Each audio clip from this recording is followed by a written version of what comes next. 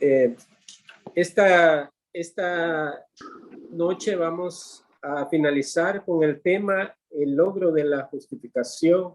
Vamos a basar nuestro desarrollo en Romanos capítulo 5, verso 12 al 21. Hemos estado estudiando así de manera general, a trazos grandes, el libro de Romanos o la carta a los romanos, esta carta que el apóstol escribió por inspiración divina, y hemos pasado durante estas semanas indagando acerca de esta doctrina de la justificación por medio de la fe, y hoy pues estamos llegando a la conclusión de este tema. Hemos visto cómo en los primeros capítulos de Romanos nos revelaron la condición o el estado caído del hombre, dándonos como un resumen de la Biblia, de lo que enseña las grandes doctrinas de la palabra de Dios, de la caída en Adán y Eva en el huerto del Edén. Son cosas que hace referencia a Pablo citando a Génesis, al libro de Génesis. Recordemos que la Biblia no son libros sueltos, no son libros separados en el sentido de que no tengan una coherencia en todas sus partes, sino que todos los libros que han sido inspirados y que fueron incluidos en el canon de las escrituras tienen una sola unidad de pensamiento, de tal manera que de Génesis hasta el último Apocalipsis encontramos esa unidad de pensamiento, esa cadena en ese plan redentor del Señor, de manera que los hombres, los apóstoles, los siervos del Señor en el Nuevo Testamento siempre están citando al Antiguo Testamento. En este caso, Pablo habla mucho en Romanos acerca de ese efecto de la caída en Adán, y vemos cómo esta doctrina es consistente con las escrituras. Y así que en Romanos 1 notamos que hay esa sentencia en cuanto al hombre, de su situación delante del supremo juez, como hemos visto, que todos los hombres han sido hallados culpables desde Adán y Eva en esa naturaleza que hemos heredado. También hemos visto ahí en el capítulo 1, vemos el poder del evangelio manifestado, revelado para salvación a los que creen, dice Pablo en Romanos capítulo 1, versos 16 al 17, aunque para otros es locura, para estos que aman al mundo y cuyo padre es Satanás porque hacen los deseos de él, para esto es condenación, es una locura para ellos, pero para los que se salvan es poder de Dios manifestado en el evangelio. Y Pablo dice que al judío primeramente y también al griego, dice, porque en el evangelio, en el verso 17 dice que la justicia de Dios se revela por fe y para fe, como está escrito, más el justo por la fe vivirá. Así que Pablo sigue estableciendo esta doctrina de la justificación revelada en el evangelio, en la justicia de Dios que ha sido aplicada a todos aquellos que creen en la obra de Cristo. Hemos visto de qué trata la justificación, como este término forense que se usa en los asuntos judiciales cuando el juez va a condenar o a inculpar al acusado, pero en este caso hemos visto que toda la raza humana hemos sido hallados culpables delante de Dios, pero que la doctrina de la justificación lo que nos enseña es que este juez también es el justificador. Ningún tribunal humano puede absolver de culpabilidad a alguien que ha sido hallado culpable. Sin embargo, el juez supremo, el creador de la historia, el creador y sustentador del universo, a pesar de que han sido hallados culpables, él ha provisto el medio para declararlos justos también. Y esa es la imputación de la obra de Cristo o la acreditación de la obra de Cristo. Al morir Cristo por los culpables, al morir Cristo, derramar su sangre y cumplir con las demandas de la ira de Dios, él tiene el poder de aplicar esa justicia a los que creen en él. Así que esa es la doctrina de la justificación, de que los méritos de Cristo les son acreditados a los que vienen en arrepentimiento y creen para perdón de sus pecados y ponen su fe en Cristo. Para ellos es aplicada esta justificación, pero para los demás, los que rechazan la gracia de Dios, los que rechazan esa obra expiatoria de Cristo, reciben más retribución, más ira, más condenación, y eso es lo que pasa con estos dos efectos del evangelio. Así que Pablo nos dice que más el justo por la fe vivirá. Luego en el capítulo 2 nos muestra el justo juicio de Dios. El capítulo 2 de Romanos nos habla del justo juicio de Dios, por lo cual nadie quedará excusado delante de Dios. Nadie en aquel día se presentará delante del Señor y dirá, Señor, yo no tuve los medios, a mí no me dijeron esto o lo otro, ni siquiera las civilizaciones antiguas van a poder excusarse, porque el capítulo 2 nos dice que así como los que tuvieron la ley, en este caso los depositarios de la ley, el pueblo de judío, de esa manera serán juzgados bajo esa ley, pero también los que vivieron sin ley, estos los griegos, los gentiles, igualmente estos están en la misma situación porque su conciencia los acusa o los defiende según el capítulo Romanos 2. Así que él nos muestra la realidad de que no hay nadie que se va a excusar delante de Dios. Y esta carta nos da una amonestación principalmente llamado de atención a los judíos, los cuales ellos se creían los merecedores del favor de Dios, se creían que por haberles dado los pactos, las promesas y la ley, ya ellos simplemente por nacer judíos en la carne o ser israelitas en la carne ya eran pertenecientes del pueblo de Dios. Pero ahora el Señor muestra y las cartas apostólicas nos muestran de que ya no se trata de algo externo, ya no se trata de raza, sino que todos tienen que venir al arrepentimiento, a esa fe en Cristo, el cual había sido la promesa anunciada desde los profetas en el Antiguo Testamento. Así que los judíos ponían su justicia a través de estos ritos y del seguimiento de una ley externa, estricta. Incluso habían añadido ceremonias o acciones añadidas por ellos, y pensaban que por hacer estas cosas ellos eran más merecedores del juicio, merecedores de la gracia de Dios. Pero este es un recordatorio también para todos aquellos que de repente sutilmente podemos caer en el error de buscar el merecimiento de Dios por hacer obras propias, porque muchas veces pensamos que por orar más o por hacer donaciones o por tener misericordia de los pobres, entonces merecemos esa gracia de Dios, y generalmente escuchamos cosas como, esta es una buena persona, cómo ayuda, cómo hace esto, esta es una alma de Dios, generalmente escuchamos, pero ya hemos visto que las obras de los hombres no, aunque nos sirven de mucho acá en la sociedad y son beneficios a veces para nuestro prójimo, pero en cuanto a la salvación no tienen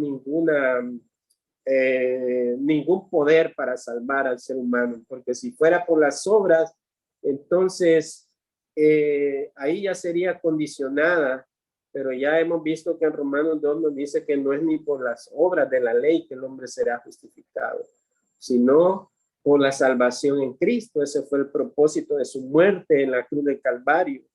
Así que encontramos en estos capítulos estas amonestaciones y advertencias que nos sirven a nosotros para mantener nuestra mirada en Cristo y en su obra. Luego en el capítulo 4 ya nos muestra el ejemplo de Abraham también.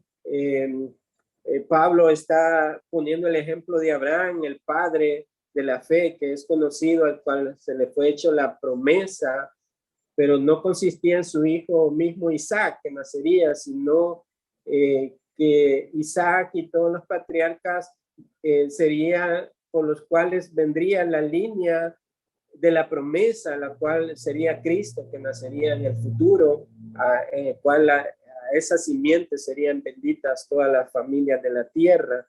Así que, ¿cómo fueron salvos los creyentes del Antiguo Testamento si Cristo todavía no había muerto? Obviamente, esto apuntaba al futuro. Pues las personas del Antiguo Testamento, como el caso de Abraham en Romanos 4, nos dice que creyó Abraham y le fue contado por justicia. Y es la misma manera en que los creyentes en el Nuevo Testamento y hasta el día de hoy somos salvos por medio de la fe en la obra de Cristo. Abraham se mantuvo viendo la promesa en el futuro que sería consumada en Cristo y creyó. Y también nosotros ahora miramos hacia el pasado, hace más de 2000 años que Cristo dio su vida por los pecadores, por su pueblo. Entonces nosotros ponemos nuestra fe en el pasado, hace más de 2000 años. Entonces se nos es contado por justicia, por creer en esa obra. Así que de esa manera, tanto los creyentes del Antiguo Testamento, el Nuevo Testamento, hasta el día de hoy, hasta que Cristo venga y sea ingresen todos aquellos los que han de ser salvos, serán de la misma manera por medio de la fe en Cristo. Así que la justicia que se nos ha sido acreditada es por los méritos de Cristo y no por la de nosotros. Luego llegamos al capítulo 5, que el jueves anterior estuvimos estudiando los primeros versículos del 1 al 9. Nos dimos cuenta de los resultados de la justificación. El verso 1 nos habla acerca de que, vamos a leer el verso 1 del capítulo 5, nos habla de que justificados pues por la fe tenemos paz para con Dios por medio de nuestro Señor Jesucristo, nos dice, por quien también tenemos entrada por la fe a esta gracia en la cual estamos firmes y nos gloriamos en la esperanza de la gloria de Dios. Y no solo esto, y ahí empieza a hablar acerca de los resultados de la justificación. Y dice el verso 7, ciertamente apenas morirá alguno por un justo. Si hubiese alguien que sería capaz de morir por otra persona, a veces decimos, el esposo, yo soy capaz de dar la vida por mi esposa, o por mis hijos, o por mi madre, pero el texto nos dice ahí, apenas morirá alguno por el justo, pero ¿quién morirá por un enemigo? ¿Quién será capaz de morir por aquel que le ha ofendido? Entonces el texto nos dice, con todo pudiera ser que algunos osaran morir por el bueno, mas Dios muestra su amor para con nosotros en que siendo aún pecadores, Cristo murió por nosotros. Y ahí encontramos la gracia abundante y el amor de Dios al mencionarlo de que Él murió por aquellos que estaban en enemistad contra Él, por aquella raza humana que había violado los mandamientos de Dios, que había quebrantado la ley de Dios y había irrumpido en el mundo con toda clase de males. Por estos murió Cristo. Y entonces nos dice que aún siendo pecadores en el estado anterior, que todos, incluso cuando los creyentes recordamos ese pasado que nos encontrábamos en ese estado de muerte espiritual, dice que Cristo murió por nosotros. Y nos dice, pues mucho más ahora estando ya justificados y ya se nos ha sido quitada la culpa de nosotros, ya nuestros pecados han sido lanzados, usando esa metáfora, lanzados a lo profundo del mar, y que Dios no se volverá a acordar de ellos. Eso se trata, la justificación, que Dios no está viendo diariamente, a cada minuto, diciendo, Laura o Claudia, ya pecaste, ya estás destituida, ya no puedes entrar en el reino o estar en esa condición de salvo. No, ahí lo que nos dice el pasaje de que ahora que hemos sido justificados, que la culpa ha sido quitada, que el juez supremo nos ha declarado justos a través de la persona de su Hijo, Cristo. De esa manera Dios está viendo la vida de los creyentes como que estuviera viendo Cristo, su vida santa y perfecta. Esa es la justificación, no por los méritos nuestros. Si fuera por los méritos nuestros, entonces no duraríamos ni siquiera media hora parados delante de Dios. Pero por cuanto la justicia de Cristo se nos ha sido acreditada, entonces no es un merecimiento nuestro, sino que es una gracia, una misericordia y una dádiva del cielo. Entonces nos dice, pues mucho más, estando ya justificados en su sangre, por él seremos salvos de la ira, de esta ira venidera que está por venir al mundo. Porque si siendo enemigos fuimos reconciliados con Dios por la muerte de su Hijo, mucho más estando reconciliados, seremos salvos por su vida. Y nos da la certeza de la salvación. Por eso la Biblia habla mucho acerca de la seguridad eterna del creyente, acerca de la seguridad de la salvación de los creyentes. Un creyente no puede caer de ese estado de salvación, porque si cayeras sería inoperante e ineficaz el sacrificio de Cristo, y cada gota derramada en la cruz del Calvario por aquellos que habían de creer por él en su nombre. Entonces, sí es un sacrificio eficaz cuyo propósito es salvar, rescatar para siempre a aquellos que se acercan a él con fe. Así que ese es el estado del creyente cuando ha sido justificado delante de Dios, que seremos salvos por su vida, que está asegurada mientras estamos en esta lucha, en este combate, en esta tierra, aún con nuestra carne, con nuestras debilidades. El Señor ha provisto de las herramientas para el creyente, la oración, la palabra, y esa obra de santificación llevada a cabo por el Espíritu Santo para asegurarnos, mantenernos, preservarnos para ese día glorioso. Y finalmente en el 11 nos dice que no solo esto, hay mucho más de esta gloriosa justificación en Cristo. No solo esto nos dice, sino que también nos gloriamos en Dios por el Señor nuestro Jesucristo, por quien hemos sido recibido ahora la reconciliación. Hemos obtenido la reconciliación por medio de Cristo. Y ahora entonces el apóstol Pablo empieza en el verso 12 a hacer ese contraste entre Adán y Cristo, haciendo esa comparación entre esa naturaleza caída y ahora una nueva naturaleza producida por la obra de Cristo en los creyentes. Y es lo que vamos a finalmente estudiar en este día. Y hice una infografía para que podamos ver ese contraste del cual Pablo nos pasa a hablar en el capítulo 5, verso 12 al 21. Y allí, en ese contraste entre Adán y Cristo, note usted, después de él estar argumentando acerca de esta gloriosa justificación y esta certeza de que seremos salvos, de que somos salvos y seremos salvos en el día de la ira, cuando Cristo venga por su iglesia. Entonces él pasa a mostrar ese contraste entre esa vieja naturaleza que los seres humanos han heredado en Adán, y ahora en el segundo Adán, que nos muestra que es Cristo, como esa figura que había de venir Cristo, y ahora nos va a dar ahora ese cambio de 360 grados, en el cual un hombre pecador ahora ser declarado justo en Cristo, los beneficios, el logro de la justificación que tiene con ello. Así que luego de que Pablo en los versículos anteriores nos muestra esa certeza que tiene el creyente de su justificación, el cual conducirá a una salvación final.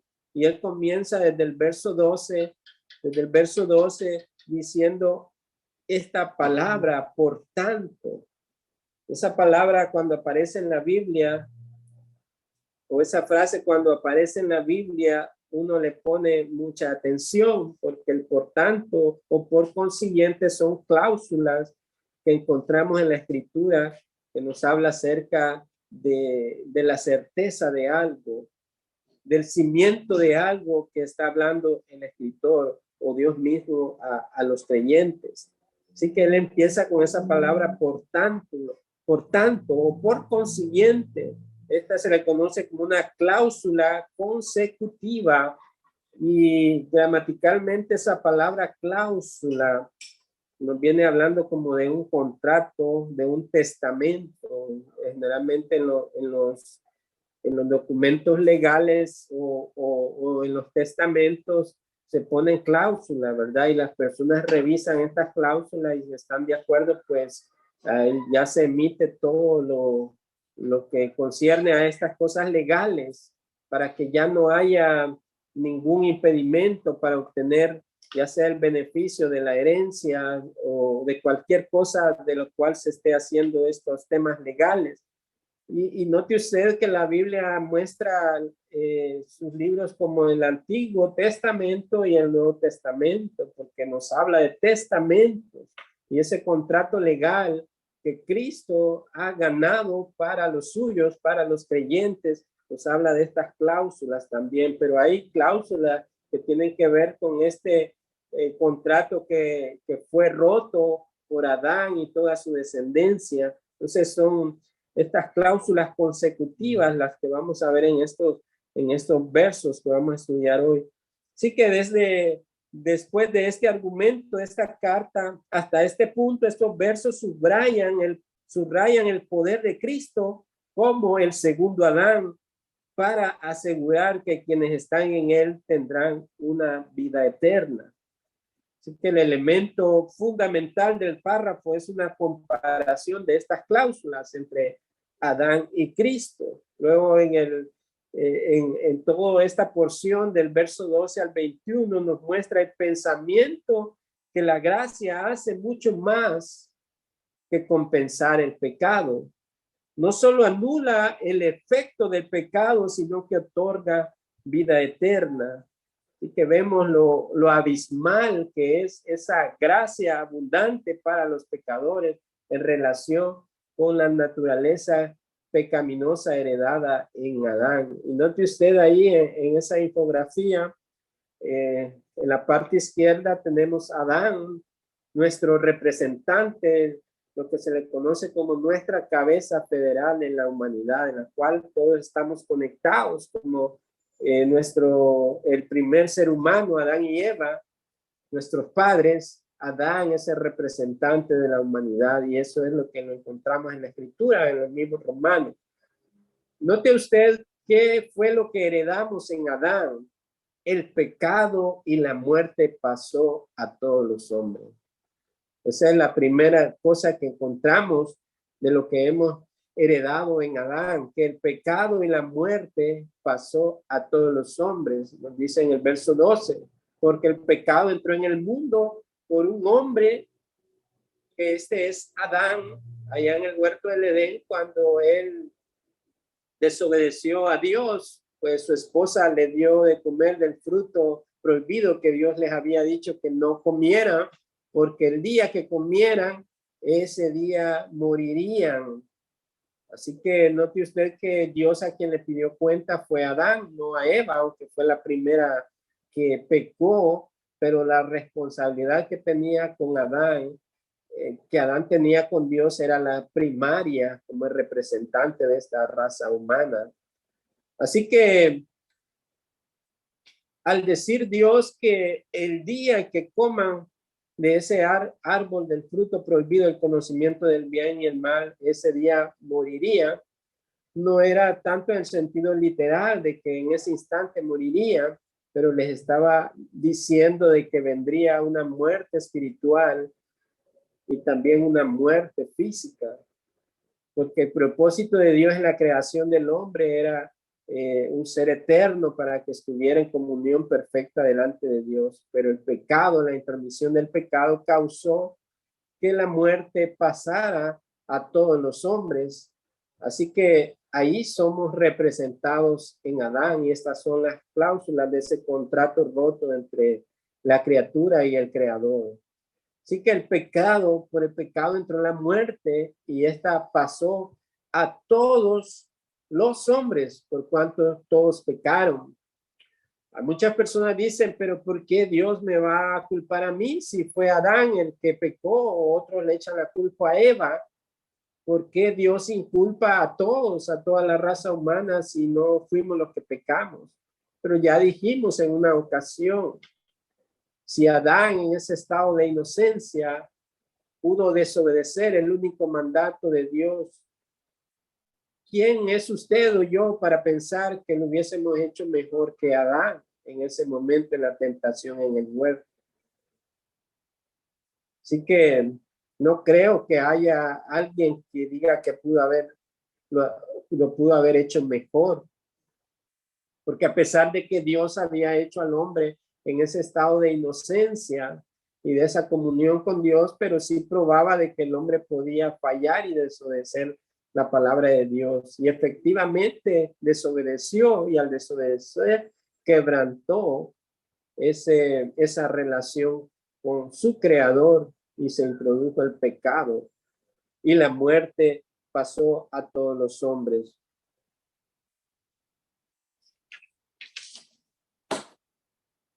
Así que encontramos ahí entonces la condición pecaminosa de todos los hombres.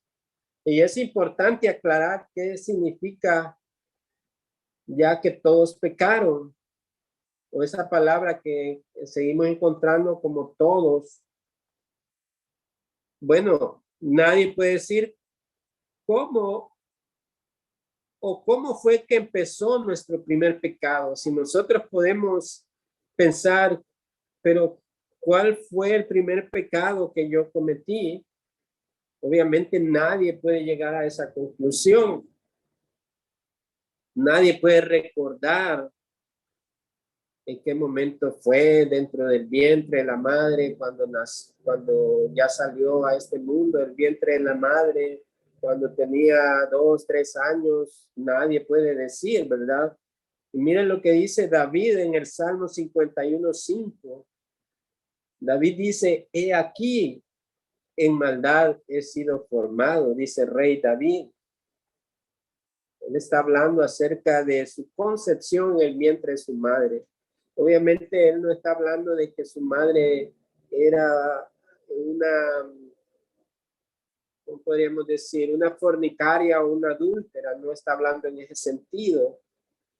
Y note que él ya es alguien grande, ya es el rey David, pero él está viendo en perspectiva en cuanto a la naturaleza del pecado.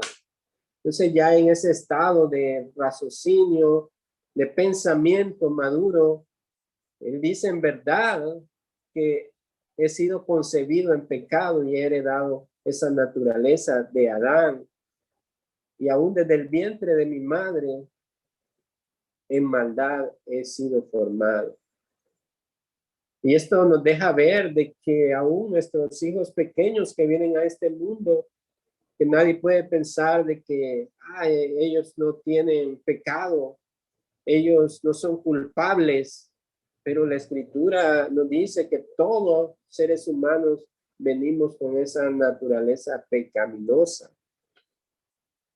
De ahí que sea un misterio el asunto de absolver a los niños, a los pequeños en cuanto a su salvación, en cuanto a los casos de muerte de niños.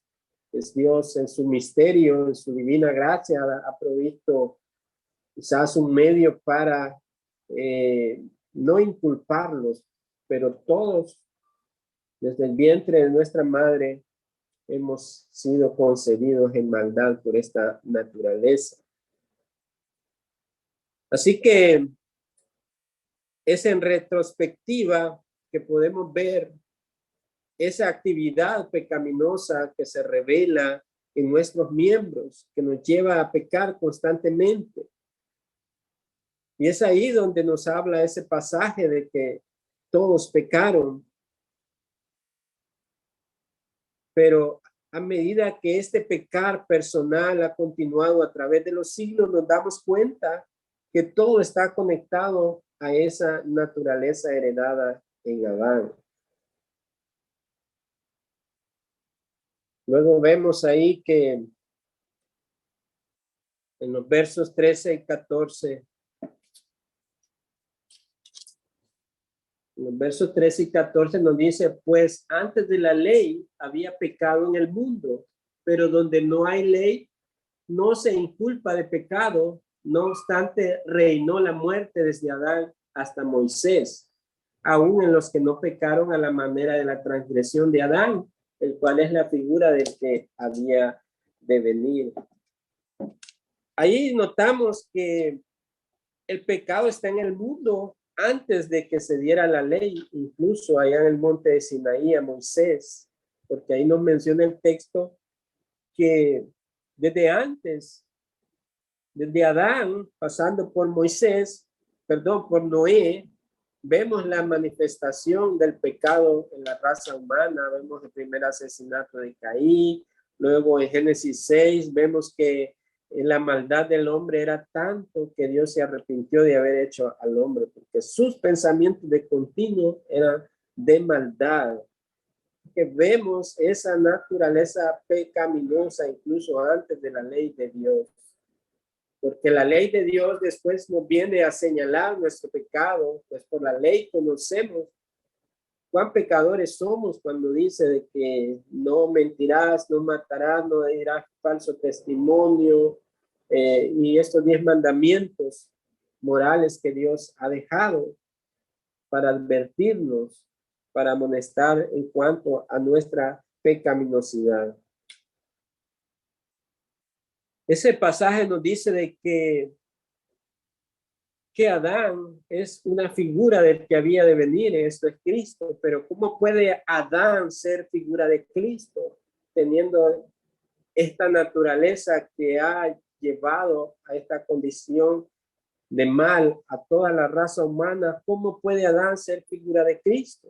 Pues bien, Adán impartió a los suyos lo que le pertenecía. Lo que Adán impartió a toda la raza humana fue la herencia de este pecado, que la muerte haya pasado a todos los hombres. Y es en esa relación que del mismo modo Cristo otorga a sus amados, a aquellos que son salvos por él, lo que es de él, la justicia, la justificación, la gracia, el don de la vida eterna. Estas cosas son las que obtenemos de Cristo en cuanto a esa figura del segundo Adán. Así que por un lado vemos que en Adán los hombres heredamos la muerte, el pecado, pero notamos que en el paralelo, en el contraste con Cristo, en él abundó mucho más la gracia y el don de Dios por la gracia de Cristo. El verso 15 nos dice, si por la transgresión de aquel murieron los muchos, abundaron mucho más para muchos la gracia y el don de Dios por la gracia de un hombre, Jesucristo.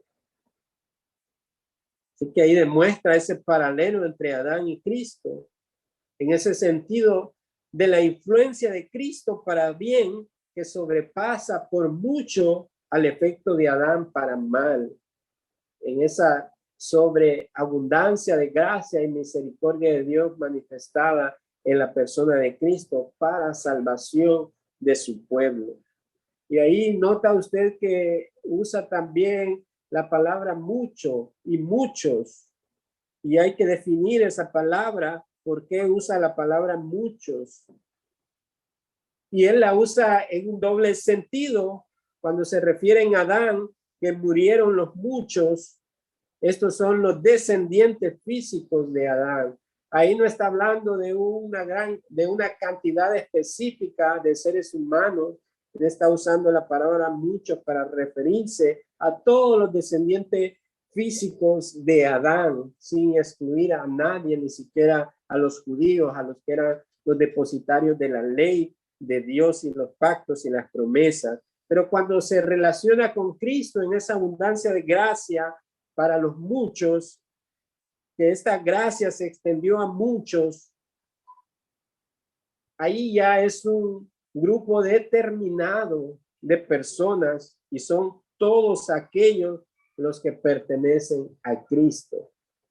A aquellos que se les es aplicada la gracia, el favor, la misericordia para salvación. Aquellos que se les es acreditada la justicia de Cristo para darles una vida eterna, una salvación perpetua. Ahí ya es el grupo selecto de los que son salvos por su gracia y ya no es aplicado a toda la raza humana porque muchos rechazan la gracia, el evangelio, y muchos van por el camino de maldad porque no aman la luz, sino que aman las tinieblas. Por ejemplo, pasajes que encontramos en la Biblia para referirse también a este mismo término de muchos, lo encontramos en Mateo 10, verso 45, nos dice que el Hijo del Hombre no vino para ser servido. Cristo no vino para ser servido cuando estuvo en la tierra, sino para servir y para dar su vida en rescate de muchos. Ahí está la palabra mucho, para dar su vida en rescate de muchos, para pagar el rescate de muchos, y este es su pueblo que ha sido elegido desde antes de la fundación del mundo. También en Isaías 53, verso 11, encontramos este pasaje que habla acerca de que en el futuro lo que acontecería con Cristo en cuanto a lo que obtendría con su sacrificio, con su expiación por su pueblo. Dice Isaías 53, 11, verá el fruto de la aflicción de su alma. Nos está hablando del sufrimiento de Cristo en el futuro. Verá el fruto de la aflicción de su alma y quedará satisfecho. ¿Cuál es ese fruto de la aflicción de su alma? Todo aquello que él llevó en su espalda, el pecado de estos muchos. Él bebió la copa de la ira de Dios, el cual contenía los pecados de estos muchos. Pero él verá el fruto de la aflicción de su alma, en qué manera y cómo quedará satisfecho. Dice el pasaje, por su conocimiento justificará mi siervo justo a muchos. La obra de Cristo en la cruz, su sufrimiento, cada gota que derramó por aquellos que habían de creer en él, con los cuales aplicaría su justicia perfecta, él justificaría a estos muchos y llevará las iniquidades de ellos. Él cargó el pecado de estos muchos, con lo cual ya no serán culpables delante de Dios por esa obra de la justificación. Y estos muchos designados, como toda la humanidad, entre comillas, generalmente usamos esos términos para referirnos a algo. El maestro en la clase dice todo el mundo me trae la tarea para mañana. Obviamente no se está refiriendo a los más de 7,000 millones de personas en el mundo, sino a un grupo específico. Esa es la misma idea al utilizar la palabra todos y muchos.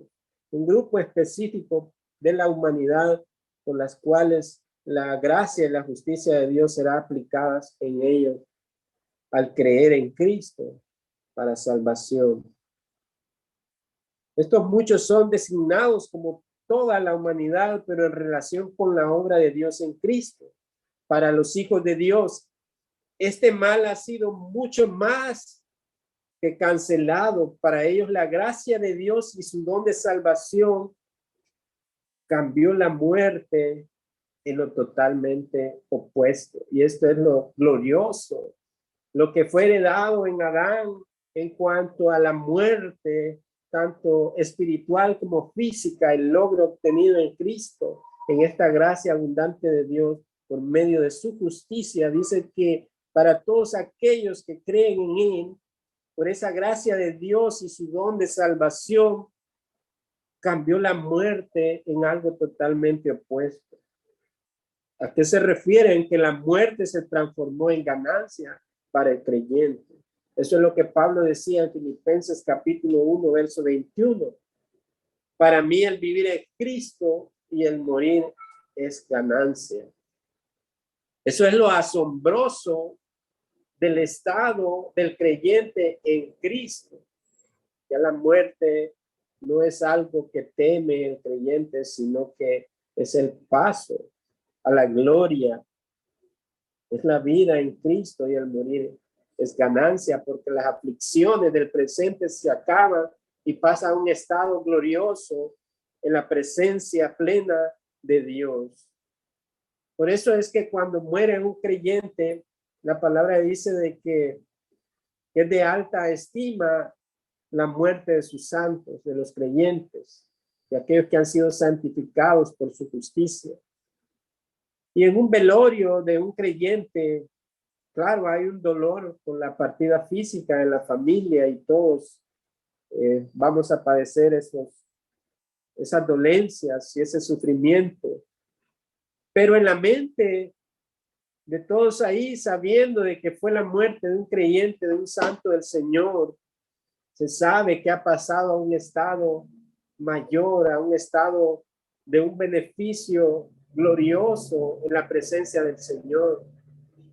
Y es motivo de consuelo y esperanza saberlo, porque la muerte en el creyente es un paso a la eternidad.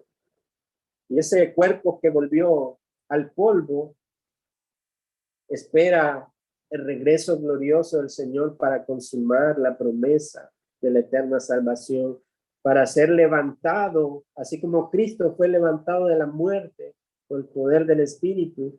Sean levantados los cuerpos de estos creyentes que volvieron al polvo a un cuerpo incorruptible, cual se vestirá de gloria y que no perecerá jamás. De esa manera la muerte se convierte en una ganancia en la victoria. Por eso dice la palabra de Dios en Corintios 15, ¿dónde está, oh muerte, tu aguijón? ¿Dónde está, oh sepulcro, tu victoria? Pues Cristo te venció. Pero qué diferencia es estar en un funeral de aquellos que murieron en enemistad con Dios. Es terrible, es algo terrorífico, es algo que no se puede describir porque ha pasado a un estado de condenación eterna, de que no habrá ya lugar para un arrepentimiento. Y esa es la gran diferencia. Así que la palabra todos los hombres, cuando es usada en estos textos, se refieren a los que serán salvos, a los que serán acreditados en la justicia de Cristo. Luego vemos ahí en la parte de Adán, en ese contrato roto, en esas cláusulas con la raza humana caída, verso 16, encontramos que el juicio vino a causa de un solo pecado para condenación. Es muy claro lo que la Biblia establece allí. Ese pecado en el Edén trajo la condenación a la raza humana. Pero en contraste con Cristo, con el don, con la dádiva de Dios, con el don no sucede como el caso de aquel que uno pecó, de este que es Adán. Con Cristo no sucede en esa manera que Adán, porque nos dice el verso 16, pero el don vino a causa de muchas transgresiones para justificación. Así que las personas que argumentan y dicen, ¿y por qué Dios nos condena? ¿Por qué Dios es tan severo que nos ha condenado a todos? Y quieren justificarse de que fue el problema de Adán o Eva. Pues esa misma misericordia de Dios que quiso redimir en su plan eterno a estos muchos, fue que dio esa dádiva, ese regalo de su Hijo, por lo cual abundaría mucho más esa gracia, esa misericordia de Dios, pasando por mucho más a la obra de Adán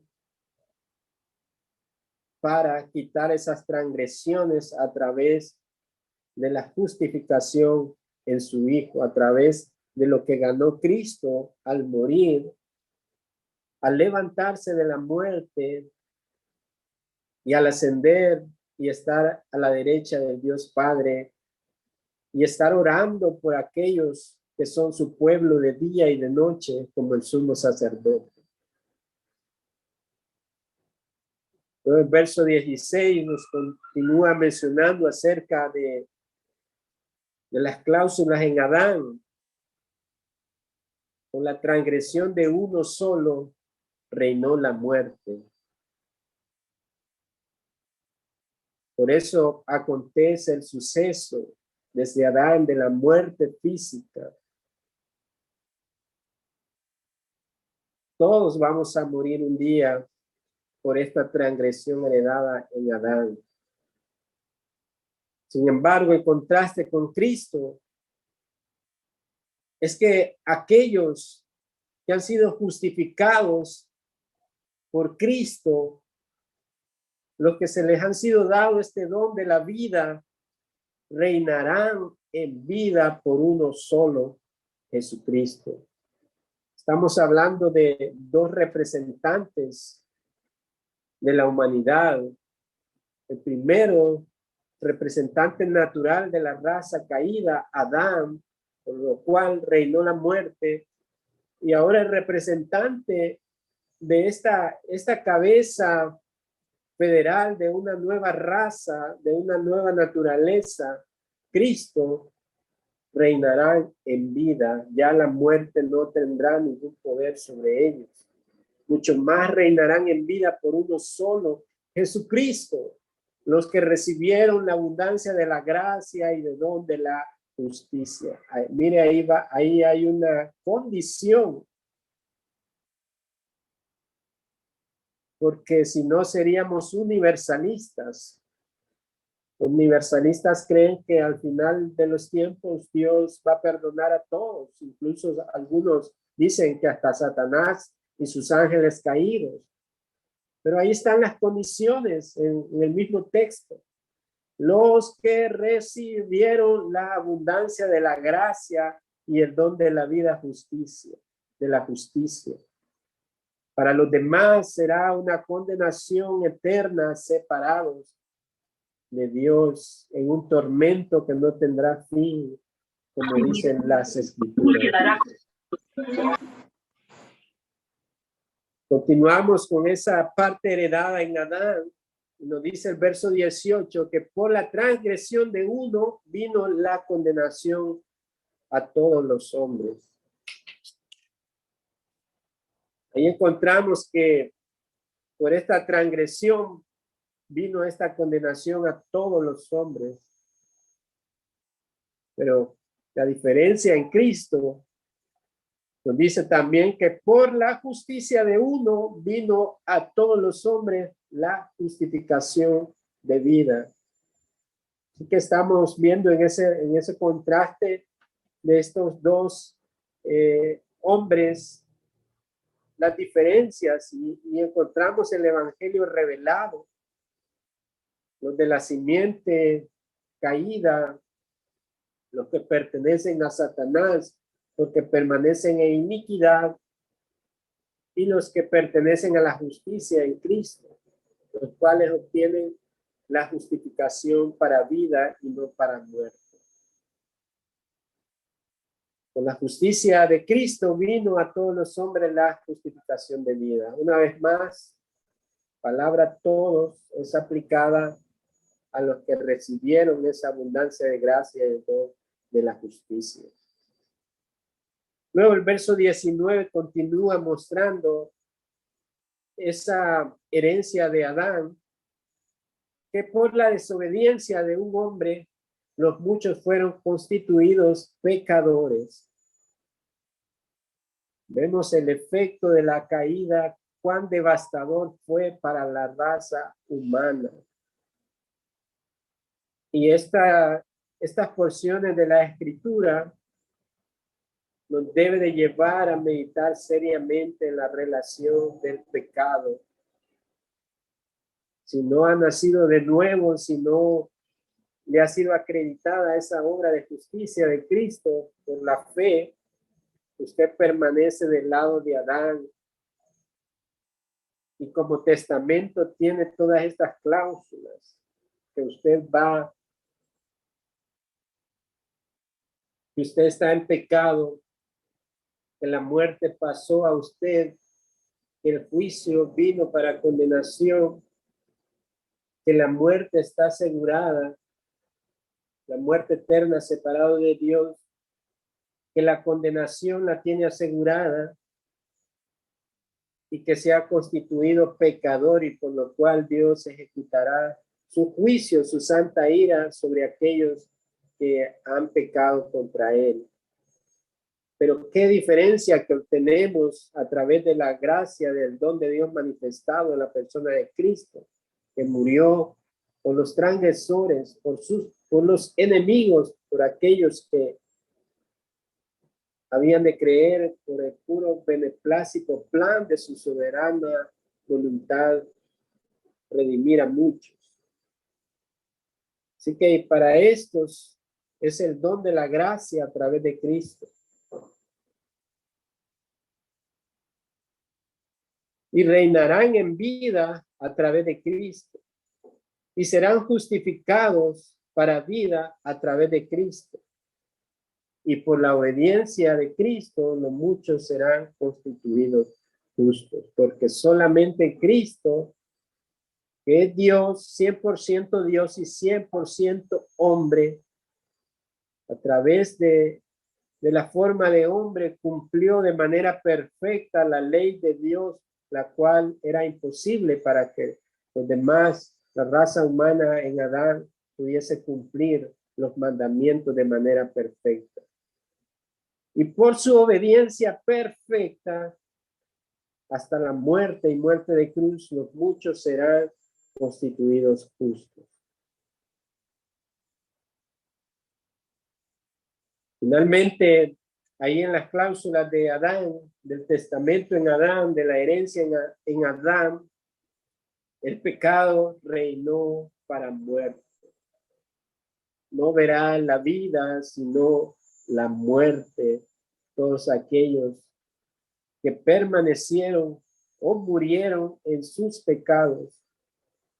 Aquellos que han muerto en sus pecados y rechazaron la gracia de Dios, el llamado de Cristo en el Evangelio, esperan una resurrección para recibir un cuerpo que no perecerá, pero no para disfrutar la vida eterna en la gloria del Padre, sino para ser atormentados de día y de noche en el infierno, este cuerpo que no será destruido y será atormentado de día y de noche por los siglos de los siglos, experimentando la separación para siempre de Dios.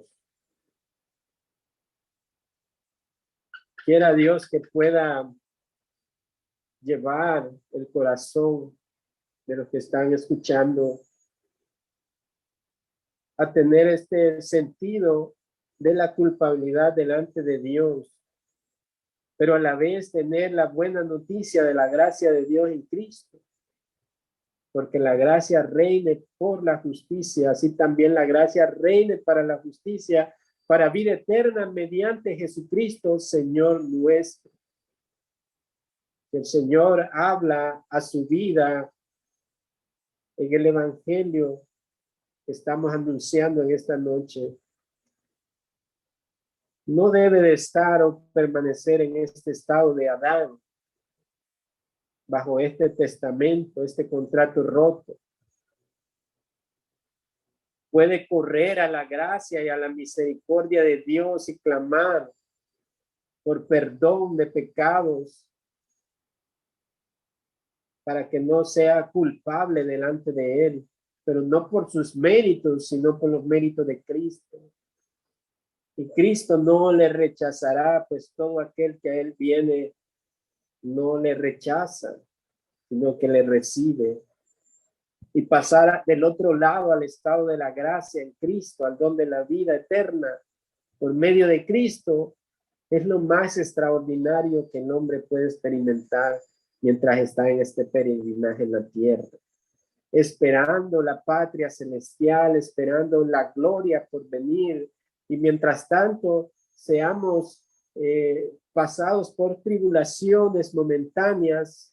La Escritura nos dice que estas no son comparables con la gloria venidera que está por ser manifestada. Todos estos beneficios de la justificación los logramos tener en la persona de Cristo. Corre a Cristo, corre al Salvador y hallarás descanso para tu alma y encontrarás el propósito de vida. Dios nos ha creado para disfrutarle, amarle y vivir con él para siempre. Oramos en esta noche, Padre, te alabamos porque tú eres bueno, Señor, y reconocemos que los que hemos nacido de nuevo, Señor, no ha sido por algo que viste bueno en nosotros, sino por la gracia y la misericordia tuya, Padre. Y todos estábamos ahí en Adán, Señor. Heredamos en Adán todo esto. No podíamos salir de ello porque no había obra humana, no había nada por la cual podría yo justificarme delante de mi Dios, Señor, sino solo esperar el juicio. Pero por la gracia tuya que nos dice ahí el texto que sobreabundó la gracia, donde hubo pecado, sobreabundó la gracia para salvación a todos aquellos que en él creen, Señor. Y estas son las buenas noticias, Señor, el Evangelio, que Cristo perdona a aquellos que se acercan a un corazón contrito y humillado en busca de redención, necesitados de un Salvador, Señor. Y quiera que en esta noche hayan personas que sean compungidos por la obra del Espíritu y puedan llevar a tus pies, Señor, a otros a salvarse, que es nuestro deseo, nuestro anhelo, Señor, al hacer todas estas cosas. Recibe gloria y alabanza en esta noche en Cristo Jesús. Amén. Amén.